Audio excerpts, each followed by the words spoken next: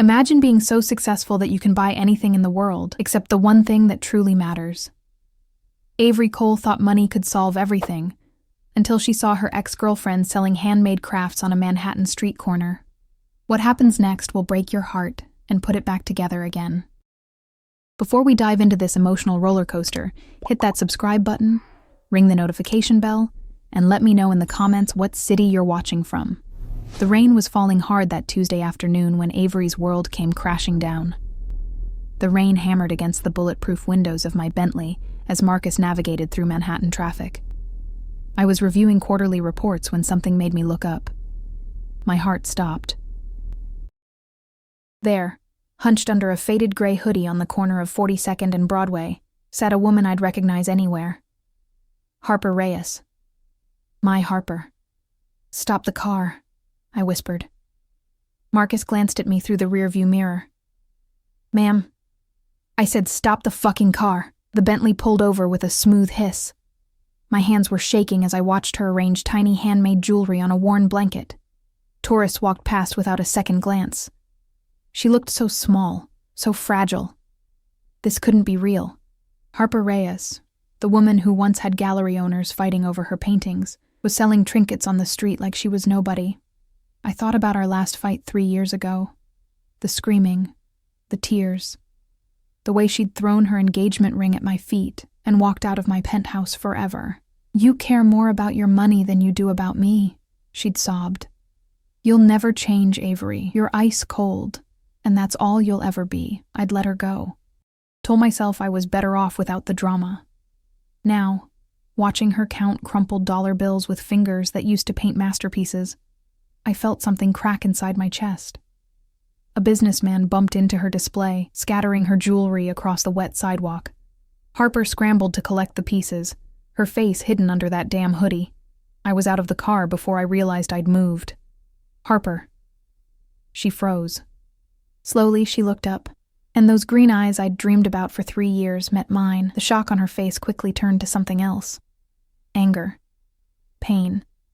Fear. "No," she whispered, shaking her head. "No, no, no." She started shoving her jewelry into a backpack with desperate, frantic movements. "Harper, wait." "Don't." Her voice was sharp, broken. "Just don't, Avery." She stood up, slinging the backpack over her shoulder. Even in that oversized hoodie and worn jeans, she was still the most beautiful woman I'd ever seen. "I need to talk to you. We have nothing to talk about." She turned to walk away. I grabbed her wrist gently. Her skin was ice cold. "Please. Just 5 minutes." She yanked her hand away like I'd burned her. 5 minutes? You think 5 minutes can fix 3 years of silence? The hurt in her voice hit me like a physical blow. "I looked for you," I lied. "After you left, Bullshit." Her laugh was bitter. "You didn't look for anything except your next acquisition." She was right. I'd buried myself in work, in deals, in anything that would help me forget the way she used to curl up against me on Sunday mornings. "Harper, I'm sorry. I know I fucked up, but seeing you like this..." "Like what? Poor? Desperate? Not living up to your standards anymore?" "That's not what I meant." "Then what did you mean, Avery? Because from where I'm standing, you look exactly the same. Designer suit, expensive car, that look on your face like you're calculating how much everything around you costs." She wasn't wrong. Even now, part of my brain was estimating the value of her worn sneakers, the frayed edges of her jeans. "Things can be different," I said quietly. "No, they can't." She stepped back. "Some things are broken beyond repair." She turned and walked into the crowd, disappearing between umbrellas and rushing pedestrians. I stood there in the rain, my $1,000 suit getting soaked, watching the only woman I'd ever loved vanish again. But this time, I wasn't going to let her go. I didn't sleep that night, or the next. By Thursday morning, I'd had my private investigator, David Chen, on Harper's trail for 36 hours. "She's staying at the Riverside shelter in Brooklyn," David reported over the phone. "Been there about 8 months. Works part-time at a coffee shop called Grind on Atlantic Avenue." My stomach twisted. Harper Reyes, who used to refuse my offers to buy her paintings because she said art shouldn't be about money, was living in a homeless shelter. What happened to her? I asked, still digging. But it looks like her father got sick about 2 years ago. Cancer. She moved back to Phoenix to take care of him. Sold everything to pay for treatments. He died 6 months later. After that, David's voice trailed off. After that, what? She lost her apartment, her studio, everything. Came to New York with nothing. I hung up and stared out my office window at the city below. Somewhere out there, Harper was probably getting ready for another day of serving coffee to people who didn't know they were in the presence of one of the most talented artists I'd ever met. My assistant knocked.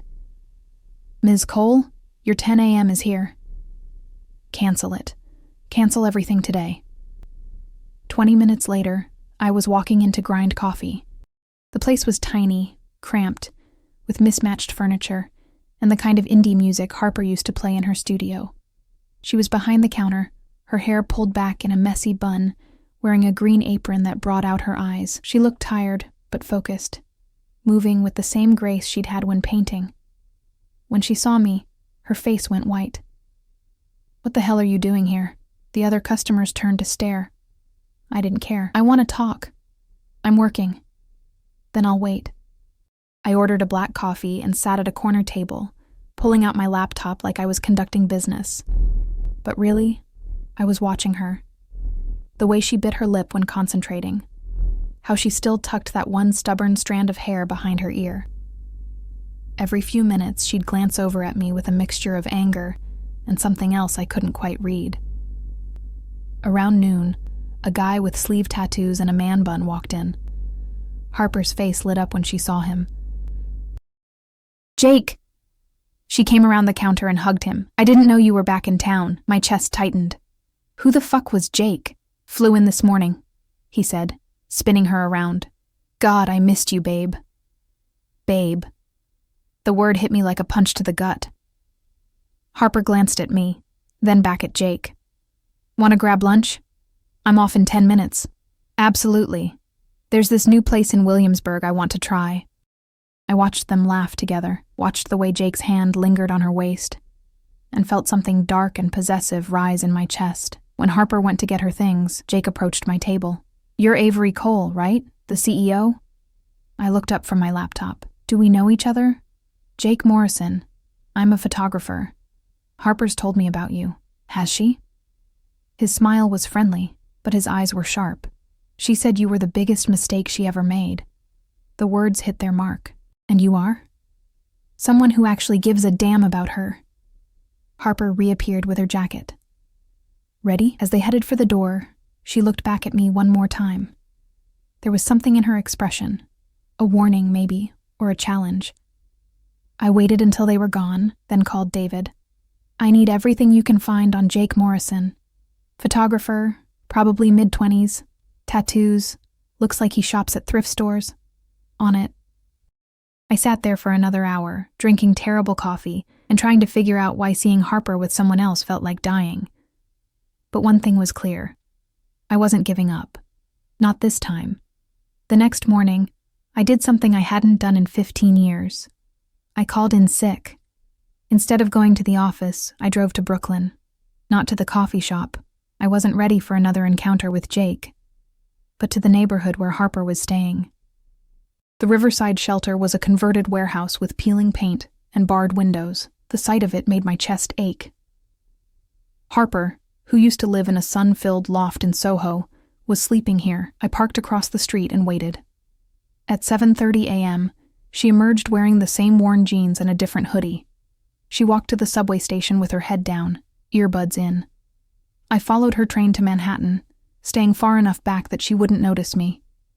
She got off at Union Square and walked to a small art supply store.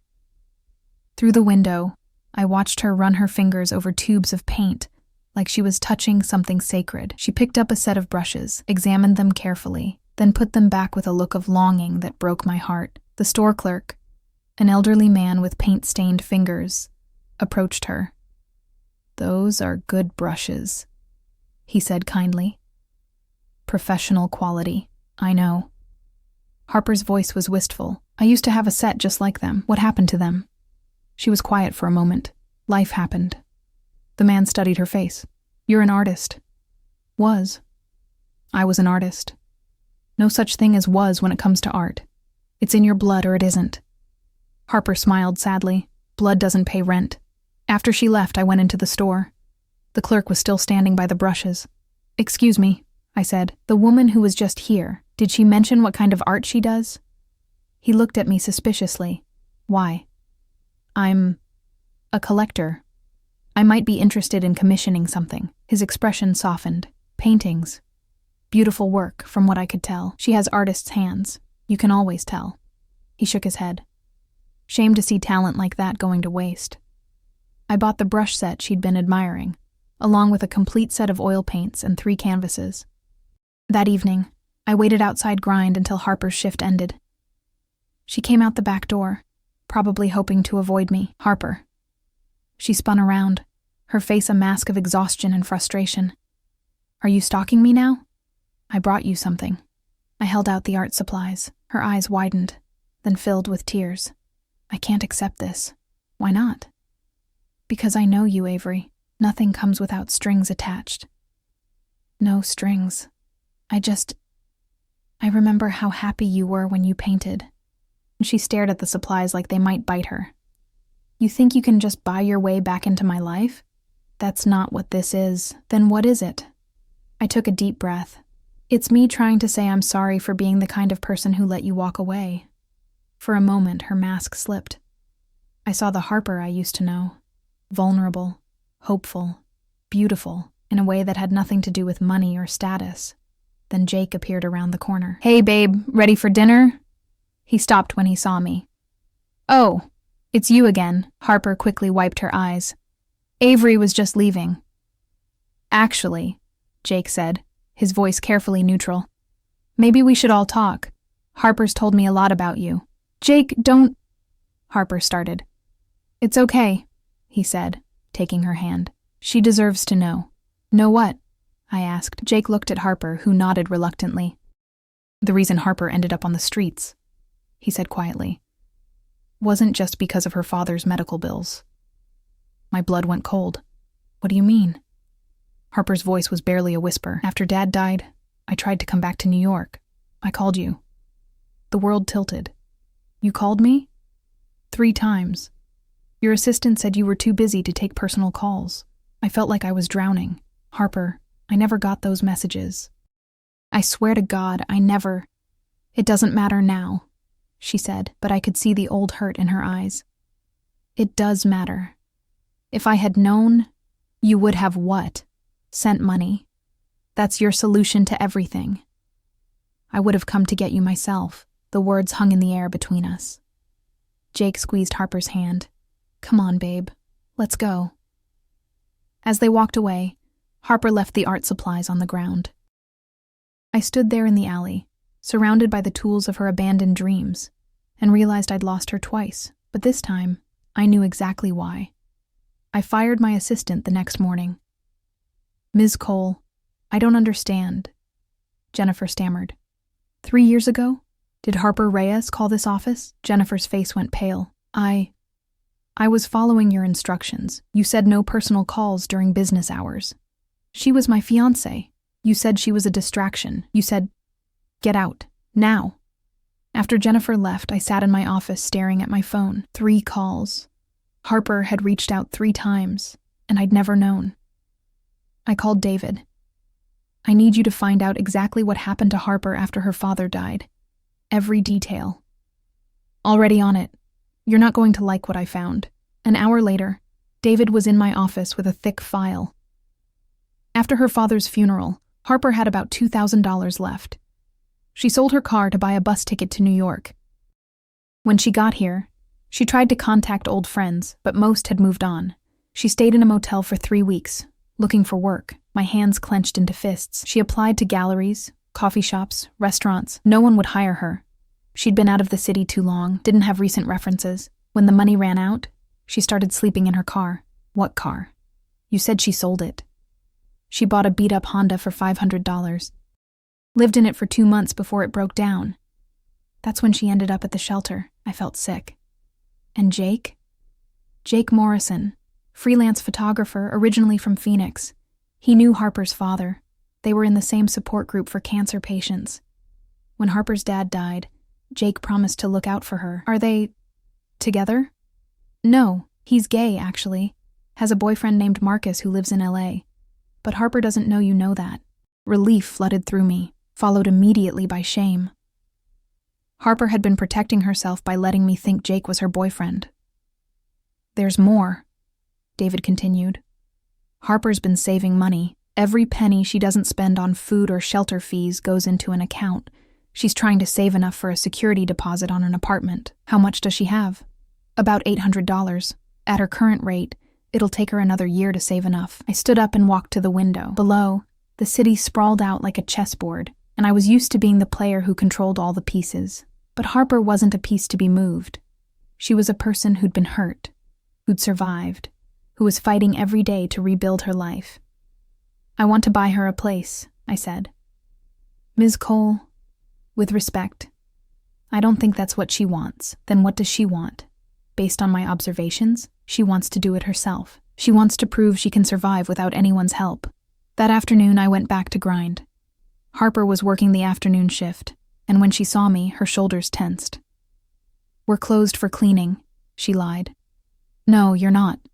There are customers inside. She sighed. What do you want, Avery? I want to offer you a job. Her laugh was sharp. Doing what? Being your kept woman? Being my head of acquisitions for emerging artists. The offer hung between us. Harper's eyes widened. You're serious. Dead serious. Salary starts at $200,000, plus benefits, plus a budget for discovering new talent. I don't have a degree in business. You have something better. You have an eye for art and a heart that understands what it means to struggle. For a moment, I saw hope flicker in her eyes, then it died. No. Harper, I said no. I won't be your charity case. This isn't charity. This is me recognizing that I need someone who understands art from the inside out. And it has nothing to do with the fact that you feel guilty. I met her gaze. It has everything to do with the fact that I never stopped loving you. The words were out before I could stop them. Harper's face went white. Don't, she whispered. Don't you dare use that word. It's the truth. The truth is that you're a control freak who thinks money can fix everything. The truth is that you let me walk away once, and you'll do it again the moment I become inconvenient. I was different then. People don't change, Avery. Not really. She turned and walked back into the coffee shop, leaving me standing on the sidewalk with my heart in my throat. But as I watched her through the window, I saw her wipe away a tear. Maybe people didn't change. But maybe, just maybe, love could. The call came at 3 a.m. on a Tuesday. Ms. Cole, this is Dr. Martinez from Brooklyn Methodist Hospital. We have Harper Reyes here, and your name was listed as her emergency contact. My blood turned to ice. What happened? She collapsed at work, severe dehydration and exhaustion. When did she last eat a full meal? I was already reaching for my clothes. I don't know. I'll be right there. The drive to Brooklyn was a blur of red lights and panic. When I got to the hospital, Jake was already there, pacing in the waiting room. How is she? I asked. He looked at me with tired eyes. Stubborn as hell. She's been working double shifts and barely eating. I tried to get her to slow down, but she's too proud to accept help, something like that. A doctor approached us. Are you here for Harper Reyes? Yes, Jake and I said simultaneously. She's stable, but severely malnourished. When did this pattern of not eating begin? Jake and I looked at each other. Neither of us had an answer. Can we see her? I asked. Room 314. But she's sleeping. Harper looked so small in the hospital bed, hooked up to an IV. Her face was pale, her cheekbones too sharp. How had I not noticed how thin she'd gotten? She's been skipping meals to save money, Jake said quietly. I offered to help, but she said she was fine. How long has this been going on? Months. Maybe since she got to New York. I felt like someone had punched me in the chest. While I'd been eating at 5-star restaurants and complaining about my chef's salmon being overcooked, Harper had been starving herself to save for an apartment. I should have done more, Jake said. This isn't your fault, isn't it? I knew she was struggling, and I let her pride get in the way of helping her. I sat down in the chair next to Harper's bed. We both did. Harper's eyes fluttered open around dawn. When she saw me, confusion crossed her face. Avery? What are you doing here? You're listed as my emergency contact, I said softly. That's from before. I forgot to change it. I'm glad you didn't. She tried to sit up and winced. How long have I been here? About 6 hours. Harper, when did you last eat? I eat. When? She was quiet for a long moment. Yesterday. I had a granola bar. That's not eating. That's surviving. It's all I can afford right now. The words hit me like a physical blow. Harper, you're killing yourself. I'm doing what I have to do. No, you're being stubborn and proud and what? Poor? Yeah, I noticed. I took her hand. It was so thin I could feel every bone. Let me help you. I don't want your help. Why? Because you're afraid of owing me something? Because I'm afraid of needing you again. The honesty in her voice broke something inside me. Harper, do you know what it was like? She whispered. Calling your office, desperate, and being told you were too busy? Do you know what it's like to realize that the person you loved most in the world had moved on so completely that they wouldn't even take your call? Tears were streaming down my face. I never got those messages, I swear to you. I never knew you called. It doesn't matter now. It does matter. If I had known, you would have what? Dropped everything to save me? You never did that when we were together. She was right. Even when we'd been engaged, I'd always put work first. Meetings over dinner dates, conference calls during our weekend getaways. I'd treated our relationship like another item on my to-do list. I was wrong, I said, about everything, about priorities, about what mattered, about you. People don't change, Avery. Maybe not. But maybe they can learn. Harper closed her eyes. I'm tired. Then rest. I'll be here. You don't have to. Yes, I do. I spent the next 3 days in that hospital room, working from my laptop while Harper slept. I had meals delivered from her favorite restaurant, the little Italian place where we used to go on Sundays. I read to her from the art books I'd brought. I held her hand when she had nightmares. On the 3rd day, she finally asked the question I'd been dreading. Why are you doing this? I looked up from my laptop. Because I love you. That's not enough. I know, but it's a start. She was quiet for a long time. Then, I can't go back to who I was before. That Harper, the one who let you take care of everything, she's gone. Good, I said. I didn't fall in love with someone who needed taking care of. I fell in love with someone who was strong enough to walk away when I wasn't good enough for her. For the first time in 3 years, Harper smiled at me. Really smiled. You're different, she said. So are you. Is that enough? I squeezed her hand. I don't know. But I'd like to find out. Harper was discharged on Friday morning. I'd arranged for a car to take her back to the shelter. But when we got to the hospital entrance, she stopped. I can't go back there, she said quietly. What do you mean? I can't go back to sleeping on a cot, pretending everything's fine. Not after this. I felt a surge of hope. So what do you want to do? She looked at me with those green eyes that had haunted my dreams. I want to paint. Then let's get you set up somewhere you can paint. Avery? I can't afford. I'm not talking about money. I'm talking about space. I pulled out my phone. I have a warehouse in Queens. It's been sitting empty for 2 years. You could use it as a studio. I can't accept that. It's not charity. It's a business proposition. She raised an eyebrow. What kind of business proposition? You paint. I provide the space and materials. When you're ready, we have a show. We split the profits 50-50. Harper was quiet for a long moment. And what happens between us? Whatever you want to happen. I need time, Avery. Time to figure out who I am now. Time to paint. Time to heal. Take all the time you need. The warehouse was perfect. High ceilings, north-facing windows, enough space for a dozen easels. Harper walked through it like she was in a cathedral. It's beautiful, she whispered. It's yours, for as long as you want it. Over the next few weeks, I watched Harper come back to life.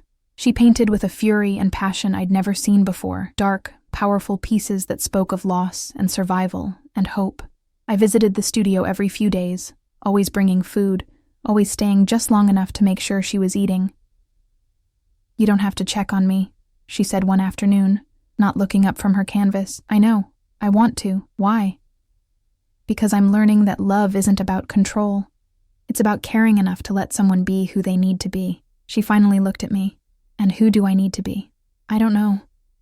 But I'd like to be here while you figure it out." 3 weeks later, Harper called me at midnight.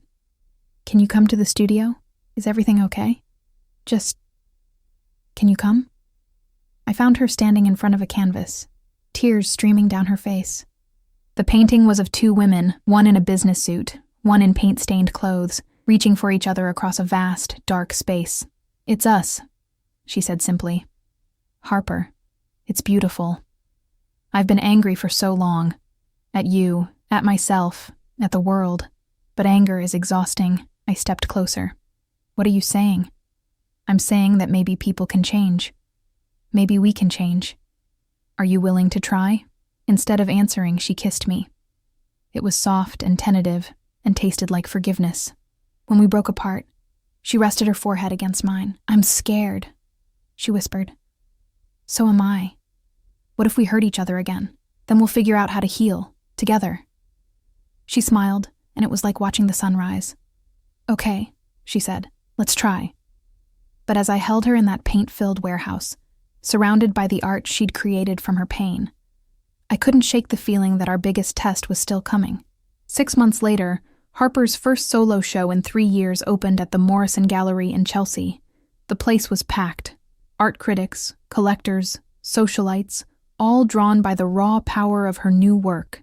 I stood in the back, watching Harper talk to a journalist about her painting titled Resurrection, a self-portrait emerging from darkness into light. The artist's journey through homelessness and recovery adds a profound authenticity to these pieces. The critic was saying, "There's a vulnerability here that's both heartbreaking and hopeful." Jake appeared beside me. "She's incredible, isn't she? Always has been." "You know, I wasn't sure about you at first," he said. "But watching you these past months, you really have changed." "Harper changed me." "No," Jake shook his head. "Harper inspired you to change yourself. There's a difference." Across the room, Harper caught my eye and smiled. She was wearing a simple black dress, not designer, but elegant in its simplicity. She looked radiant, confident, alive. "Ladies and gentlemen," the gallery owner announced, "I'd like to thank everyone for coming tonight. These paintings represent not just artistic achievement, but human resilience. Harper Reyes has created something truly extraordinary." The crowd applauded.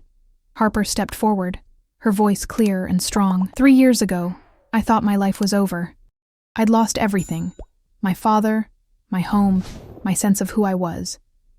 I ended up on the streets, convinced that I'd never paint again." She looked directly at me. "But sometimes, rock bottom becomes the foundation for something better. These paintings were born from pain, but they're about hope. About second chances. About the people who love us enough to let us find our own way back to the light." The crowd was silent, hanging on every word. Art isn't about perfection, it's about truth. And the truth is that we all fall down sometimes. What matters is whether we have the courage to get back up. More applause.